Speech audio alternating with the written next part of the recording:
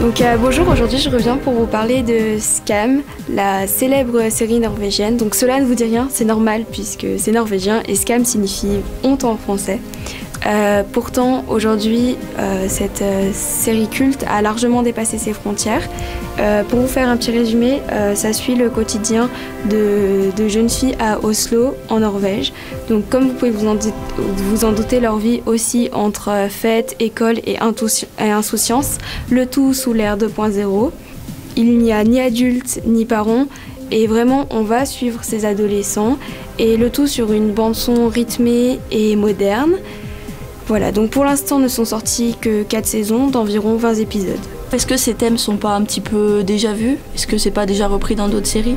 Oui, c'est ce que l'on pourrait dire, mais finalement c'est pas si banal puisque lorsque l'on se penche davantage sur la série, c'est son format qui choque à première vue puisque ce sont de courts épisodes d'environ 30 minutes plus ou moins.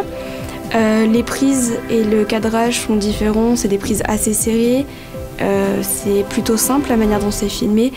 Et voilà, on voit vraiment l'expression des personnages.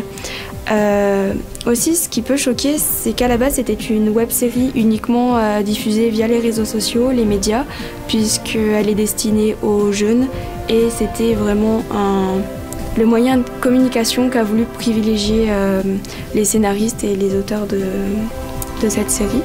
Elles reprennent les thématiques de la jeunesse, mais contrairement à Netflix ou à de nombreuses séries américaines, on va pas aller dans les stéréotypes, mais on va reprendre une histoire simple, sans essayer de l'embellir ou de gommer des aspects dérangeants d'une personnalité.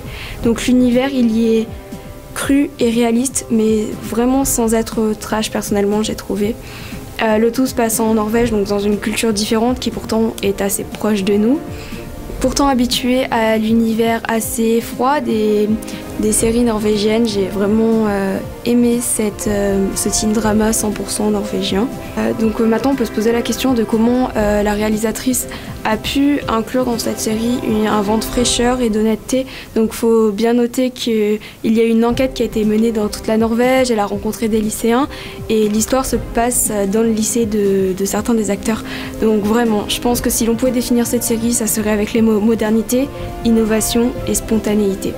Et alors, est-ce que ça reprend pas, encore une fois, des stéréotypes des adolescents qui sont déjà vus aussi dans les séries? Non, puisque on retrouve dans beaucoup de séries un cadre assez moralisateur où ça reste assez tabou, même si on a envie qu'il n'y ait pas de tabou.